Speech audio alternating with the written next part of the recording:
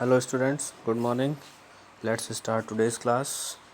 Dear student, today first of all we will discuss about the remaining part of chapter 4. The topic will be how to read a map. Beta, it is necessary and it is important to have an idea how to read a map. The map follow 5 Ds. जो map है बेटा वो 5 Ds को follow करते हैं. उनमें क्या है बेटा? Description, detail, direction, distance and designation. So today we will see these things. Direction. Every map has a name, number, scale, legend and symbol. बेटा जितने भी मैप होते हैं सबका नाम, नंबर होता है, स्केल होता है जो कि जिससे कि डिस्टेंस मेज़र की जाती है, लेजेंड्स एंड सिंबल्स होते हैं डिस्क्रिप्शन में. डिटेल, द सिंबल और the language of a map. बेटा हम लोगों को किसी भी चीज़ को जानने समझने के लिए एक लैंग्वेज की ज़रूरत होती है और जो सिंबल्स हैं बेटा वो लैंग्वेज के रूप में जाने जाते हैं, लैंग्वेज के रूप में यूज़ किए जाते हैं. They explain the layout of the land. They explain the layout of the land. ये किस चीज़ के को एक्सप्लेन करते हैं बेटा? लैंड के लेआउट को एक्सप्लेन करते हैं, उसकी डिटेल के बारे में एक्सप्लेन करते हैं. all its specific features are represented by various symbol. बेटा all its specific feature, जितने भी इसके स्पेसिफिक फीचर हैं वो किसके द्वारा रिप्रेजेंट किए जाते हैं? that are called by various symbols. So next one is direction. All maps show relative direction from one point to another. जितने भी मैप्स होते हैं बेटा शो रिलेटिव डायरेक्शन, वो एक दूसरे से रिलेटिव डायरेक्शन शो करते हैं from one point to another, एक पॉइंट से दूसरे पॉइंट के लिए. Maps are always drawn with north at the top. और मैप बेटा हमेशा कहाँ से ड्रॉ किया जाता है, कहाँ से देखा जाता है? टॉप से. Okay, so this help to identify the other direction. ये बेटा किस चीज़ में मदद करता है? दूसरे डायरेक्शन को आइडेंटिफाई करने में. The north is at the top, then south is at the bottom, the west is to the left and the east is to the right. बेटा जो नॉर्थ डायरेक्शन है वो टॉप पे होती है, साउथ डायरेक्शन बॉटम पे होती है, जो वेस्ट डायरेक्शन है बेटा वो लेफ़्ट में होती है, जो ईस्ट डायरेक्शन है वो राइट में होती है. If you know the 4 directions you would be able to find out the intermediate direction. If you know the 4 direction, अगर आप बेटा 4 डायरेक्शन के बारे में जानते हैं, 4 डायरेक्शंस के बारे में जानते हैं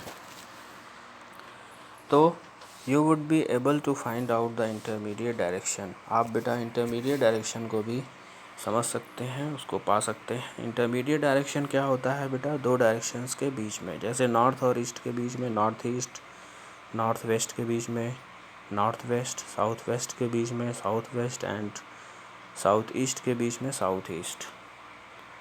so next one is distance. Maps are always drawn to a scale. The scale of a map is the ratio between distance shown on the map and the actual ground distance. Distance क्या होता है बेटा? एक ये scale होता है map का एक स्केल होता है जिसमें कि क्या देखा जाता है, किस किस चीज़ के बीच में रेशियो देखा जाता है बेटा? Distance shown on the map and actual ground distance. मतलब बेटा जो डिस्टेंस हम लोग मैप पे शो कर रहे हैं और एक्चुअल जो ग्राउंड डिस्टेंस है उसके बारे में.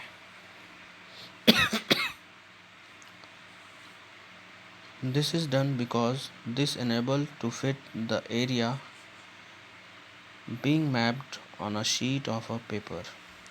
दिस इज़ डन बिकॉज ये ऐसा किया जाता है क्योंकि this enables to fit the area being mapped, क्योंकि ये उस एरिया को उस लायक बनाता है कि उसको नापा जा सके on a sheet of paper के शीट पे। On the basis of scale maps are divided into 2 categories. Scale के बेसिस पे बेटा जो मैप है वो उसको 2 कैटेगरी में बांटा जाता है, large scale map and small scale map. Large scale map when maps represent a very large function of the earth surface they are called large scale map. जब हम लोग बेटा मैप को रिप्रेजेंट करते हैं लार्ज फ्रैक्शन में, उसको हम लोग बोलते हैं of the earth surface, they are called the large scale map. In such map a distance of 1000 centimeter on the earth surface is represented by 1 centimeter. Maps of building streets are represented on a large scale map. ये सारी चीज़ें बेटा large scale map से related होती हैं। Next है बेटा small scale map. When maps represent a very small fraction of the earth's surface to show a specific feature, they are called small maps. बेटा जब मैप रिप्रेजेंट किया जाता है स्मॉल फ्रैक्शन के साथ of the earth surface to show a specific feature, एक specific feature के लिए, they are called small scale map. उसको हम लोग क्या बोलते हैं? स्मॉल स्केल मैप बोलते हैं। In these maps 50 lakh centimetre is represented by 1 centimetre. इसको हम लोग बोलते हैं बेटा small scale map. Countries and their border, national highway etcetera are represented on small scale map. बेटा कंट्री का बॉर्डर हो, नेशनल हाईवे हो या कोई भी ऐसी चीज़ है, उसको हम लोग स्मॉल स्केल मैप से रिप्रेजेंट करते हैं। Next one is designation. For the ease of understanding, समझने में आसानी के लिए, various feature on maps are written in different style for proper representation and saving space. Various feature on map, map का जो बहुत अलग अलग तरीके का जो फीचर है are written in different style, वो डिफरेंट स्टाइल में लिखा जाता है। फॉर प्रॉपर रिप्रेजेंटेशन के लिए एंड सेविंग स्पेस को बनाए रखने के लिए, बचाए रखने के लिए। For example water bodies are always represented by blue colour. बेटा वाटर बॉडीज़ को हमेशा हम लोग किस कलर से दिखाते हैं? ब्लू कलर से। Plains are represented by green colour. Okay, plains are represented by green color. Why green color? Because on the plain too much greenery is there. Okay, because there is availability of water and suitable land condition.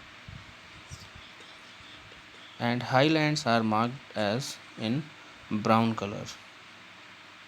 और highlands को बेटा mountain है, mountain peaks हैं, इन सबको किससे दिखाते हैं? Brown colour से।